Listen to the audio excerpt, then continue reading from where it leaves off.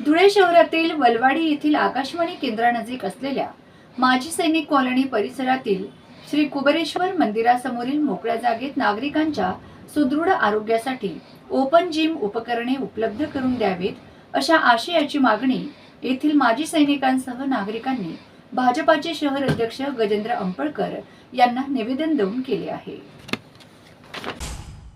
प्रस्तुत निवेदनात म्हटले आहे की माजी सैनिक कॉलनी देशाच्या सीमेवर कर्तव्य बजावून सेवानिवृत्त झालेले अनेक माजी सैनिक व त्यांचे कुटुंबीय तसेच ज्येष्ठ नागरिक व महिला भगिनी तरुण वर्ग मोठ्या संख्येने राहत असतो। या दृष्टीने तिथे राहत असलेल्या प्रत्येक नागरिकाचे आरोग्य सुदृढ आणि निरोगी राहण्यासाठी या ठिकाणी चांगल्या सुविधांची गरज भासत आहे। याचाच भाग म्हणून वलवाडी येथील आकाशवाणी केंद्र लगत असलेले या माजी सैनिक कॉलनी परिसरातील श्री कुबेरेश्वर मंदिरासमोरील मोकळ्या जागेत ओपन जिमचे उपकरण उपलब्ध करून द्यावेत अशी मागणी येथील माजी सैनिकांनी भारतीय जनता पार्टीचे शहर जिल्हाध्यक्ष गजेंद्र अंपळकर यांना निवेदन देऊन केली।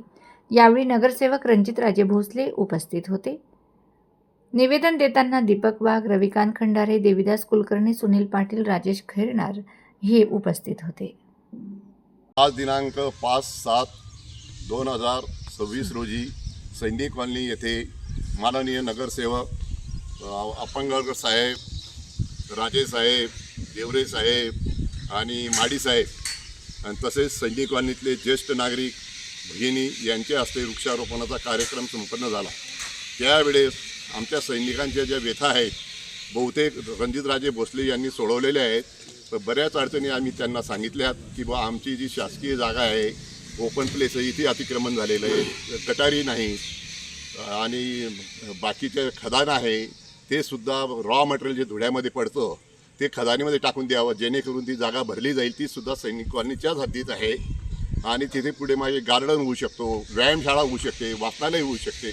अशा प्रकारचे निवेदनं आम्ही सर्व सैनिकांनी मिळून दिलेलं आहे आणि त्यांनी ग्वाही दिलेली आहे की बुवा हे टोक असं आहे की एका बाजूला म्हणजे शहराचे आमदार साहेबांची हद्द आहे आणि एका बाजूला ग्रामीणची हद्द आहे।